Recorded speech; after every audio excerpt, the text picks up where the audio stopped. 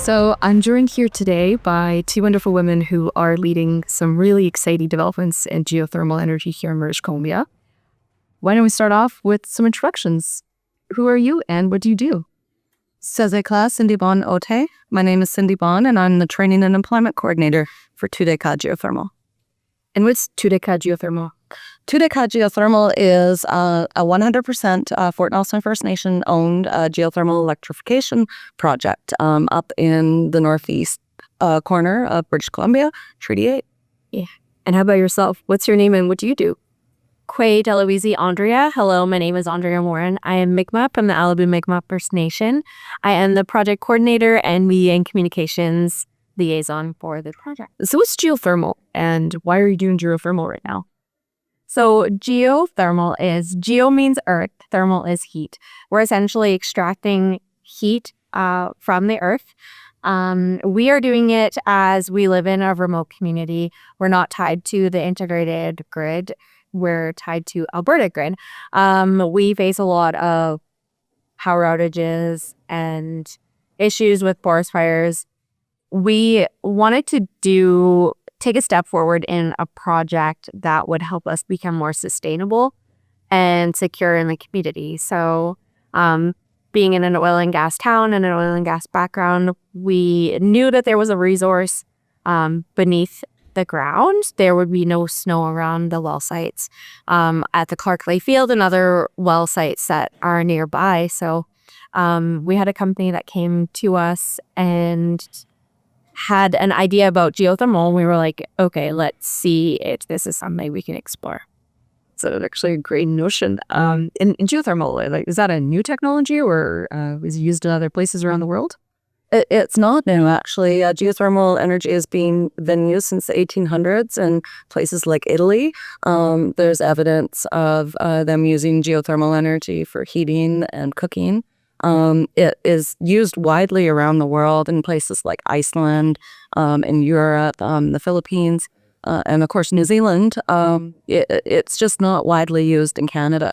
The U.S. is actually one of the largest geothermal energy producers internationally. So it's a new industry for Canada, and we're really excited to be pioneering in the efforts.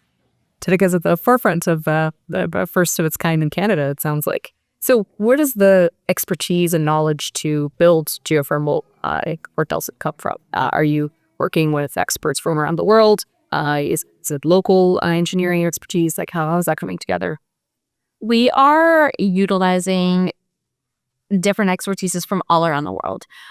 We have companies that explore geothermal, but it's very obvious that all of these consulting companies, whether they're from Canada, whether they're from the U.S., they work for us. We are the Indigenous-owned and operated company. So it's we want to make it known that everyone that comes, this is our land and this is our project, and we work together in that sense. But there is minimum knowledge in Canada, so we have had to reach out to different producers outside of Canada as well. So this is a project on your land, and you've identified that there's challenges with electricity, energy security. Wildfires obviously pose a risk, and I've heard that there was a wildfire recently that actually took down a critical part of your connection to the grid. Would you tell me a little bit about why that's so difficult for a community that is remote? For a lot of urbanites, they don't really understand the criticality of that.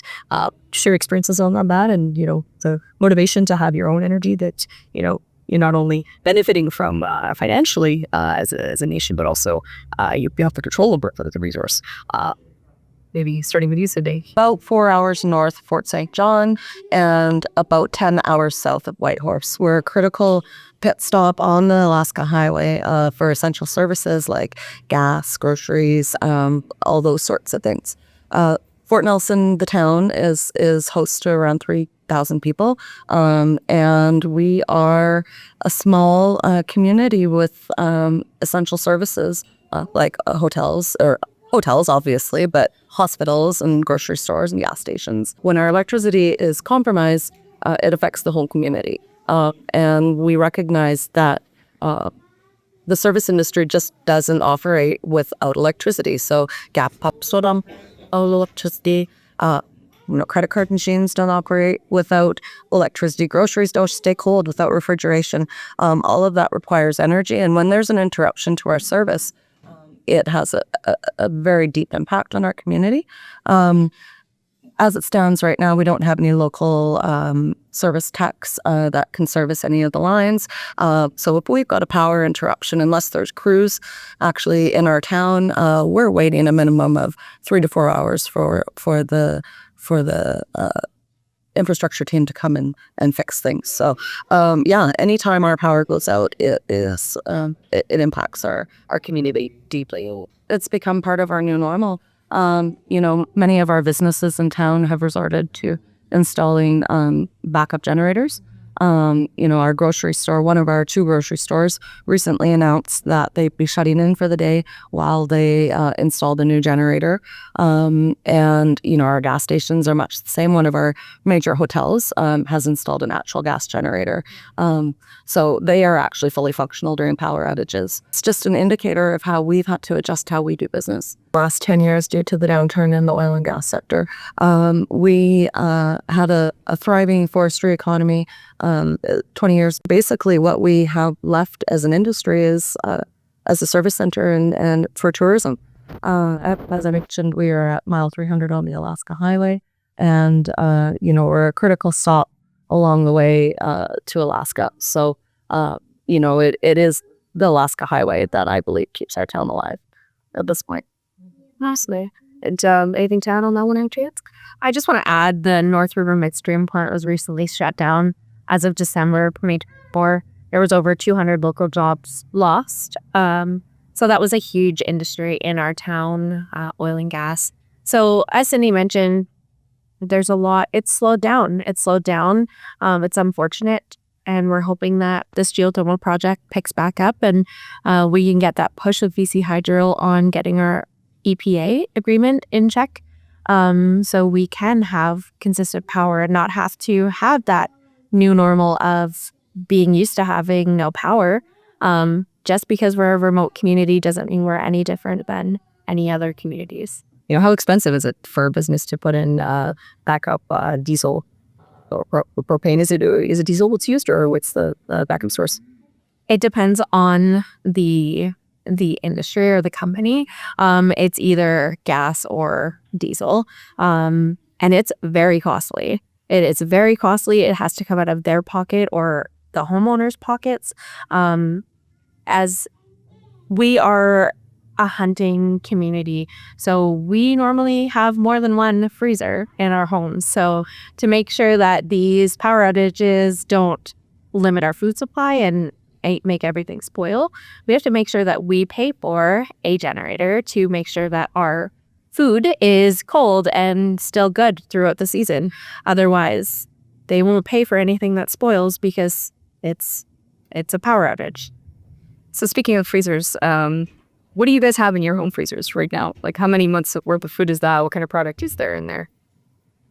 In my freezer right now, there is a moose, which will keep us fed for, I like to say a year, but it depends how often we have the moose. But that's something that's very common. We hunt, we fish.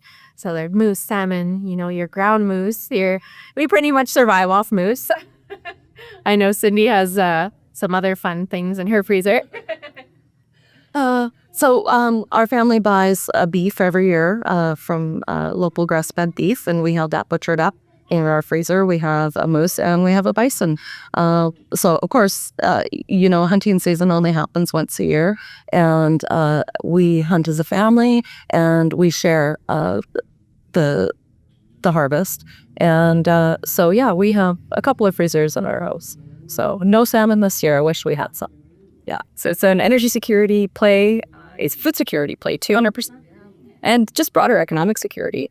Tell me a little bit more about your hopes for Deh-Kah geothermal that you're building. What's your ambition in the long term, assuming you get the support that you need from Hydro and their players in this? What do you want this project to become, and what do you want it to mean for your community? I am so excited about this project. We are so passionate. That I'm just going to talk a little bit. Our project is 3 women. We're Indigenous-owned, 100% operated, and 100% women-led. Our project is not only going to provide power for our community, but it's also able to provide power for our neighboring nations. So not only do we have to worry about power outages, Prophet River also has to worry about power outages. And also food security in the community. So 2 years ago, a tankage truck exploded on the Sicanee Bridge. It really impacted getting groceries delivered to us. And we are a main hub, as Cindy mentioned, for Fort Liard, Fort Simpson, for other people in the Yukon and Northwest Territories coming to get groceries because it's more inexpensive to come here. Our town may only have 2,500, 3,000 people, but we help our neighboring nations and make things more feasible and economic. So with geothermal, we could use residual heat and heat greenhouses and provide food and for our community and hopefully neighboring nations, so they don't have to pay $20 for a partly fermented pineapple. So it's working together as not only our community for other communities nearby. I vision Deh-Kah Geothermal as the first geothermal electrification project in British Columbia. So we are near deployment ready, and we are really hopeful that our facility will be the first of its kind in our province. I think I'd like to understand how we got to geothermal being possible for Fort Nelson. What were the conditions in place that allowed for your team to start exploring this and for communities to start dreaming big about what geothermal development would look like in your community? So I worked in oil and gas previous to working in geothermal. And when we would go to sites, our workers would put their lunch kits on top of the pike, on top of the wells. And there would be no snow around these well sites. And I'd always be like, what are you doing? And that's them heating up their lunch. And so we knew that there was some type of resource there. We just didn't understand what was happening. So it's kind of neat where the geothermal project is placed on an abandoned gas field. So it's on Clark Lake, which is very well known to Fort Nelson. It was developed in the 1960s. And Cindy will talk more about it, but the community didn't reap any benefits from this gas field that was there. It was placed there. It was next to the community. And they utilized this asset until they thought it was no longer good. It was depleted. So when we decided, okay, we're going to repurpose abandoned gas assets, and so the geothermal project is on that abandoned Clark Lake gas field site. What we do is we drill 2 kilometers in an abandoned gas well. So we're 2 kilometers deep. And we essentially suck out hot water, liquid or brine, and bring that to surface. So after a 30-day pump test to see if the project was viable, we were hitting 114 degrees Celsius to surface. And that's just in 30 days. So we expect it to increase to 10 degrees, could be more. And you only need about 80 degrees Celsius to produce electricity with heat. So it's pretty amazing. Fort Nelson is 100% an oil and gas town. It's not eliminating oil and gas by introducing geothermal. It's collaborating. We're repurposing these abandoned assets on our land and recreating them for something that'll be here for millennia and time to come. This isn't solar and wind where you have to have sun, you have to have wind to make this work. It will be here 24/7, 7 days a week, rain, shine, snow. As long as we utilize the field and the project in a good way. So we're not pulling out too much heat too fast. It's a full circle. We pull out the hot water it vaporizes to steam. We use steam to heat and power buildings and greenhouses, and then it cools. We send the cool water back down into the reservoir. So it's a full circle. It's continuously moving, and we don't have to worry about it being depleted in 50 years. So it's pretty exciting stuff. It's a reliable baseload. I mean, I'm really excited about this. Like, what has the response on the ground been, Cindy? Like, how are you feeling about the long-term potential of it being involved in the project and, working to explain it to community members? Like, well, what's their level of awareness? Or I guess maybe it's technical, but do you feel like everyone has a sense of how this works, or are they more excited about the applications of it? Honestly, due to our local economy, I think the greatest interest has been in the employment opportunities.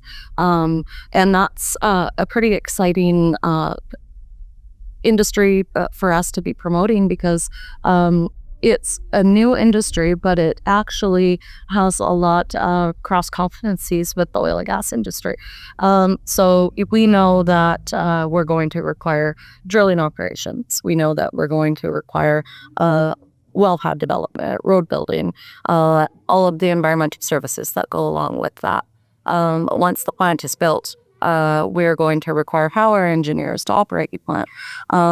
These are all jobs that our region is really good at, has a lot of experience in, and frankly, there's a lack of opportunities in Port Nelson right now. So we're really excited to be on the ground for the birth of a whole new industry, but it's really not that new, because it's very, very, very similar to oil and gas. So part of what we are trying to accomplish and what we are trying to do in our day-to-day job is to educate the public. That geothermal energy is entirely renewable, but it has more similarities in nature to oil and gas than it does to any other renewable industry. So we can see the synergies, and we believe that a community like ours is poised to take advantage of these synergies. So the expertise that we hold as Canadians, as Northerners, as oil and gas resource sector workers, can be directly applied to this new industry. Do you have any advice for communities that have that expertise, who may also have the opportunity for geothermal, who will be following your footsteps if they pursue it, to get these kinds of projects off the ground with what you learned? I think watch and see. Follow us, and we are like we mentioned, we're poised to become one of the first in Western Canada, hopefully the first in British Columbia. So we understand that there's a lot of eyeballs on us right now. I think that as a pilot, our project can really help forge the path for other projects moving forward. I think our business model, our ownership model, is something to strive for. First Nations want more than equity. We want to be owners of the project. We want to have the say over the direction of these projects. Final question. Whichever one of you, or if both of you would like to comment on this one, would like to take it. What do you wish other levels of government understood about what you're doing, so that they could support your success and enable you to pursue that sovereignty, that economic self-determination, that energy security, food security that you're hoping to get out of this project? I think for me, it's important for government and others to realize where we are, where our community is. We're located in the north. We have a small amount of people, but not to forget about us. With BC Hydro's call for power, for instance, they were looking at projects for 200 megawatts of power plus, their wind or solar. And our project is only 7 to 14 megawatts of power. But that is a lot of power. That will heat our whole community and neighboring nations. So we could expand our project, have 200 megawatts of power, but why? Why forget about the smaller projects, the smaller communities that mean so much? we are still the same. We don't have, our nearest city to Fort Nelson is Fort St. John. That's 4 hours south. So for us to go to Walmart, you have to drive 4 hours. So when we're without power for 4 hours, it's a little bit different from being in a close proximity to a city. And yeah, I just think that it's important. We're 100% Indigenous owned, operated, and led. And we want to be at the forefront of these projects. And I think it starts with us by making those movements and showing that we are ready to take on the steps. We don't want to be 21% of an owner to benefit other puppies. We want to be the owners and leaders of the change. And it starts with us. It starts with us being not afraid to speak ourselves and having women, essentially, having women, strong women, lead these projects as well.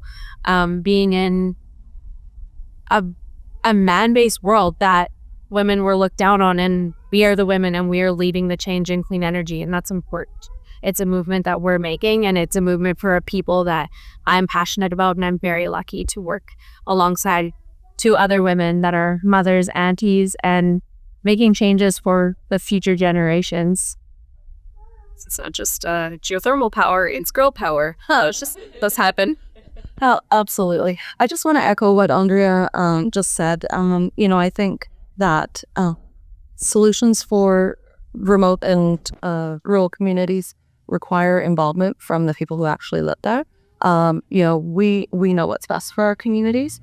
So what I would encourage government to take a close look at is to not paint us all with the same brush. That a solution that might work for Fort Nelson may not work for another community anywhere else. We are all unique, and we have different needs. Government needs to acknowledge that. That's it. So yeah. Thank you so much for telling me about Deh-Kah and about everything you're doing to support the future of the Fort Nelson community.